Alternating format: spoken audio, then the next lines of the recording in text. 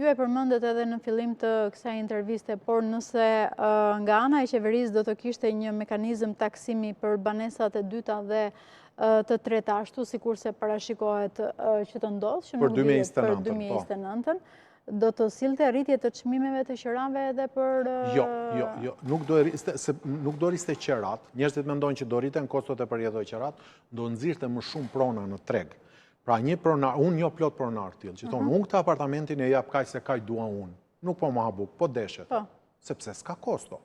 Nëse ti e ngarkon me një kosto të lehtë, 30, 40, 50.000 lekë në muaj, taksa e pronës 2 të 3, do filloj ta nxjerrin treg se i bie ti paguaj nga xhepi pastaj këto lekë. Dhe kur të dalin shumë prona në treg, këtu fillon e balancohet tregu, pastaj që bien çmimet e qerave dhe të shitjes. Të huajt po blejnë në Shqipëri? Jo në Tiranë, në Bregdet ka blerje nga të huajt, po prap numra modest, kryesisht blen diaspora shqiptare e Shqipërisë dhe ajo e Kosovës, diku te 10-15% janë të huaj në Bregdetin shqiptar. Zakonisht në Durrës apo edhe në Shëngjin ka filluar? Durrës, Shëngjin se janë dhe çmimet më modeste. Pra sot në Qeret, Golem, gjen apartamente në Brez 3-4, po them 1.200-1.300 euro për metër katror.